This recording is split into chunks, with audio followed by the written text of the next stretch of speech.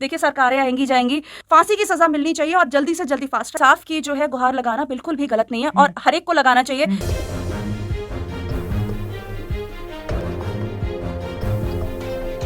नमस्कार, आप देख रहे हैं नेशनल इंडिया न्यूज़ और मैं हूं आपके साथ सद्दाम करीमी। जिस तरीके से हाथरस मामले को लेकर लगातार सवाल उठ रहा है और उसके बाद इलाहाबाद हाईकोर्ट की जिस तरीके से फटकार लगी, प्रशासन को जिस तरीके से फटकार लगी और पीड़िता के परिवार भी वहां पर मौजूद थे और जिस तरीके से वहां पर सुनवाई हो रही थी, वो कहीं ना कहीं आज जिस तरीके से मौजूदा सरकार पर, मुख्यमंत्री योगी आदित्यनाथ पर कहीं ना कहीं सवाल बहुत बड़ा खड़ा हो रहा है। और इसी को बारीकी से समझने के लिए और जिस तरीके से वहाँ पर पुलिस का रवैया रहा, मीडिया को अंदर जाने तक नहीं दिया जा रहा था और उसके बाद कई सारे ऐसे सवाल उठ रहे हैं, सोशल मीडिया पर उठ रहे हैं।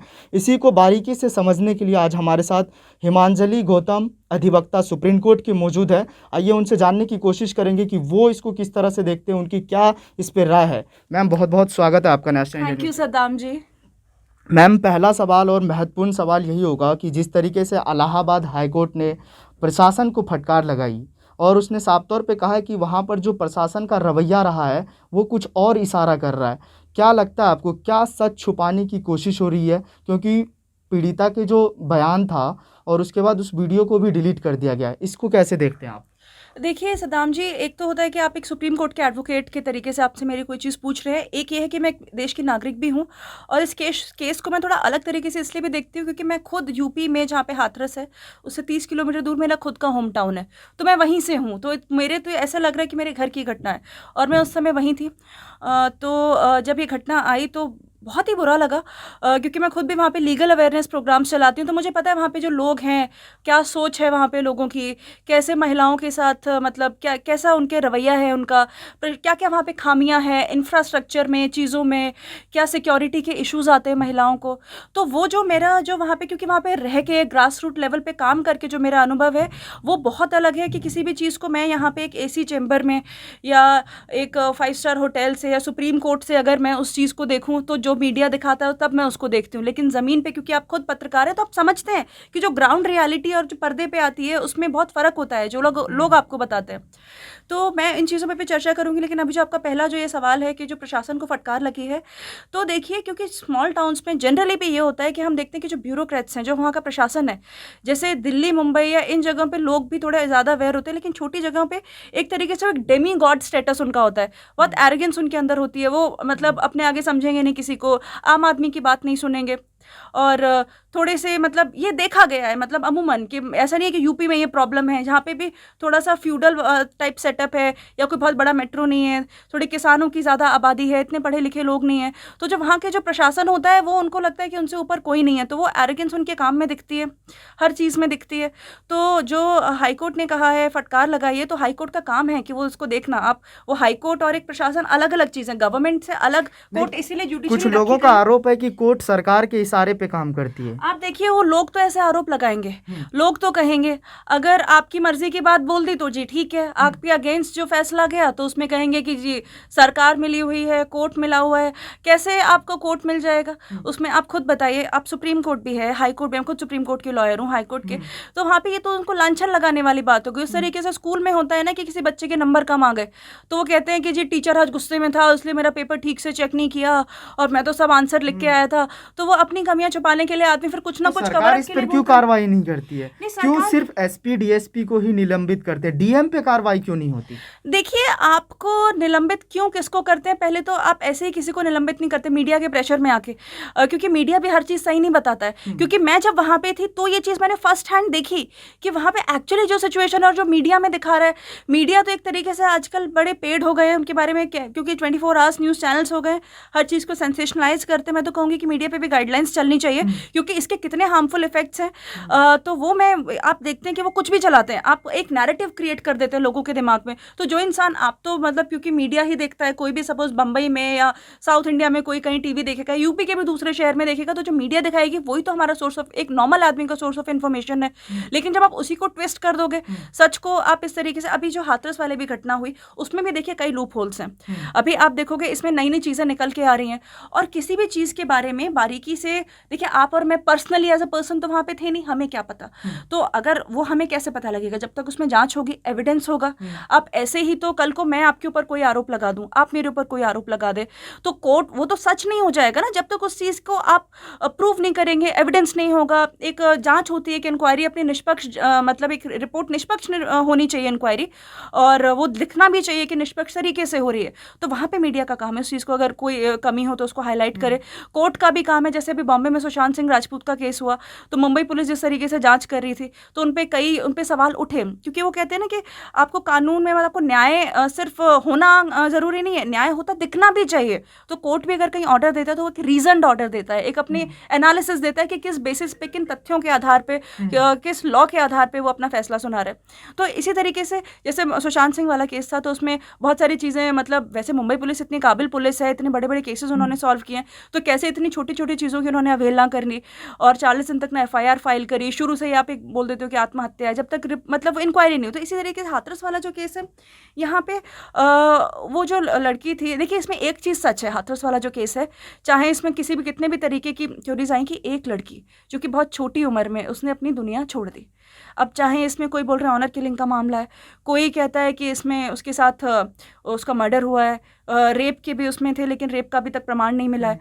तो अब वो सारी चीज़ें, तो एक जो सीबीआई इंक्वायरी कर रही है, जब इंक्वायरी क्योंकि बाद जो चार्जशीट फाइल करेगी, तो चार्जशीट क्या होता है कि कलेक्शन ऑफ एविडेंस होता है, तो आप उसके बेसिस पे ही कुछ कह सकते हैं। अब आजकल क्या होता है कि लोग टीवी देखते हैं, है ना, और मीडिया पहुंच जाता है वहाँ पे, तो उनको लगता है कि आज ही कोई केस हुआ और तुरंत ही उसको अभी 4 घंटे के अंदर पकड़ लो और फिर उसको तीसरे दिन उसको फांसी पे लटका दो। तो आप बताइए क्या ये मुमकिन है?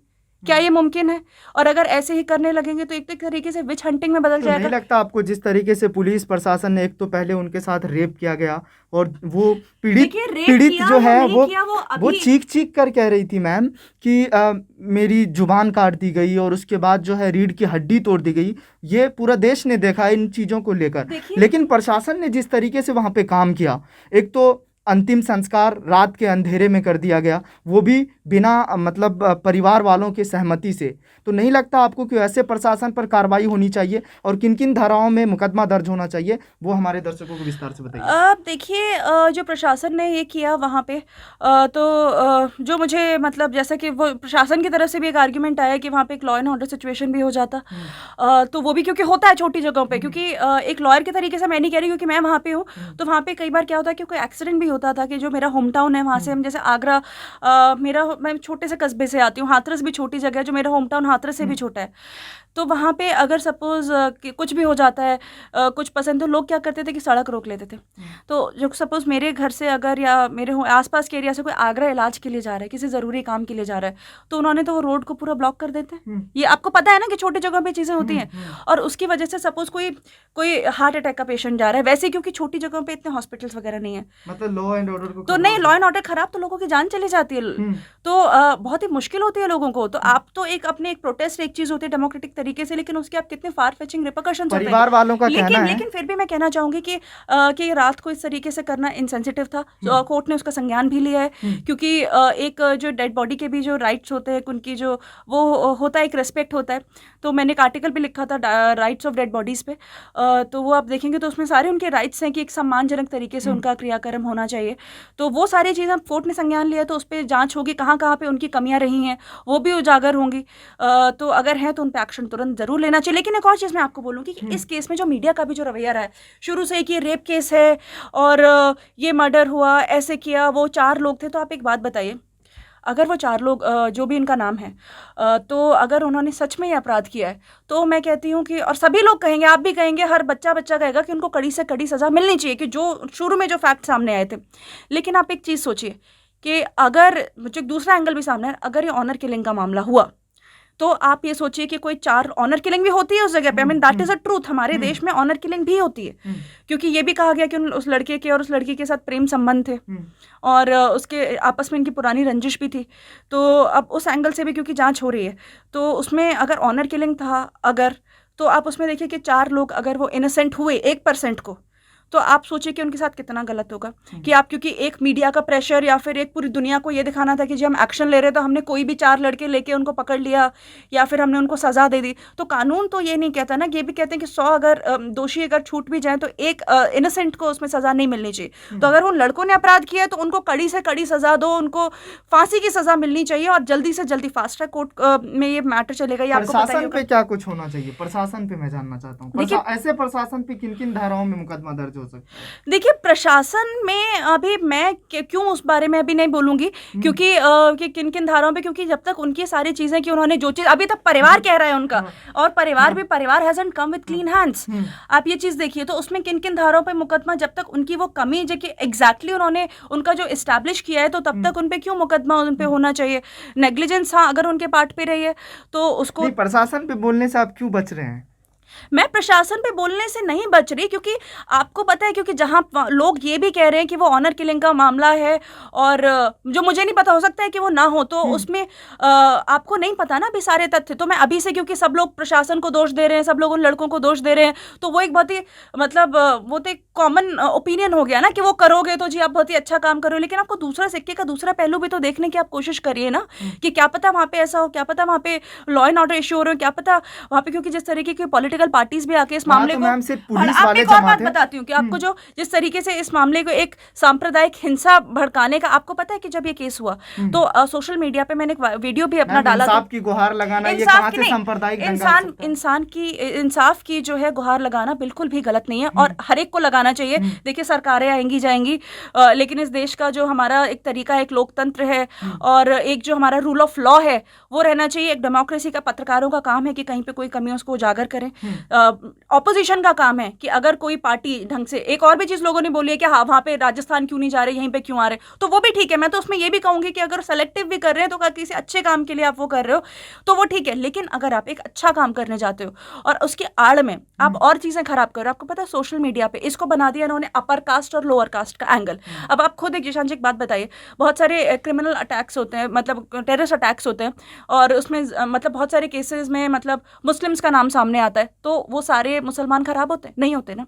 वो तो जो, या फिर बहुत सारे केसेस में कोई भी क्राइम कोई भी, हिंदू भी करते हैं, मुसलमान भी करते हैं, सिख भी करते हैं, ईसाई भी करते हैं, लड़कियां भी करते हैं, लड़के भी करते हैं।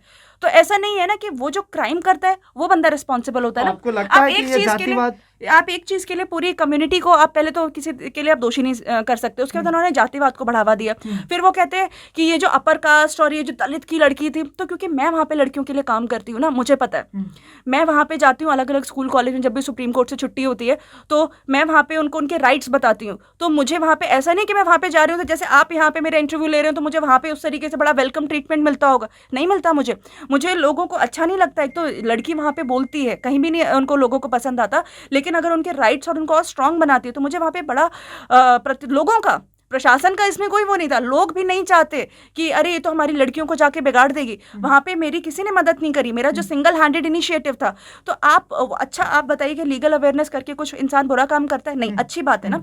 तो आप जो हाथरस जगह है वहां पे वो बेल्ट है वो सेम, तो ऐसी मुझे पता है कि वहां पे क्या सोच होती है। तो ऐसा नहीं है, लड़कियां मुझे आके अपनी दिक्कतें वहां पे बताती हैं। बहुत सारे स्कूल्स कॉलेज में आपको पता है कितनी शर्म होती है लड़कियों में, छोटी जगह पे तो और भी, कि परिवार की इज्जत एंड ऑल दैट। तो मुझे छेड़ा खाने की घटनाएं भी छोटी बच्चियां नहीं बता पाती हैं अपने घर में, शायद आपको पता होगा। तो मुझे आके लड़कियां बताती हैं कि दीदी ऐसे हमें स्कूल के बाहर लड़के छेड़ते हैं। तो मैं पूछती हूँ अब छोटी बच्ची को तो पुलिस स्टेशन नहीं जा सकती ना। आप ये बोलो कि बेटा अपनी मम्मी को जाके बताओ या टीचर्स को बताओ तो दे विल टेक एक्शन। कहते मम्मी कहती है कि ना आप बताओगे तो कि पापा को मत बताना, स्कूल जाना छोड़ दो। तो आपको पता है ऐसी सोच है वहां पे। और मैं आपसे समझने की कोशिश करूंगा जो लोग अभी नहीं, तो मैं मेरी आप बात पूरी करने दीजिए कि आपने जो कम्युनलिज्म की जो बात थी, जो मैंने अभी थोड़ा जो बैकग्राउंड दिया, तो ऐसा नहीं है कि वहां पे जो अपर कास्ट की लड़कियां वो बहुत सुहाने मौसम में रह रही हैं, बहुत सब कुछ उनके लिए चीजें परफेक्ट है। वो तो एक जो जेंडर वाली जो वहां पे इशू, पेट्रियार्कल सोसाइटी है, वो एक जेंडर की, वो तो हर लड़की को, चाहे मैं सुप्रीम कोर्ट की लॉयर हूँ, मैं पढ़ी लिखी हूँ, कॉन्फिडेंट हूँ, लेकिन वो मुझे भी वहां पे या यहाँ पे भी मुझे हर जगह हर एक को फेस करनी पड़ती है वो प्रॉब्लम्स।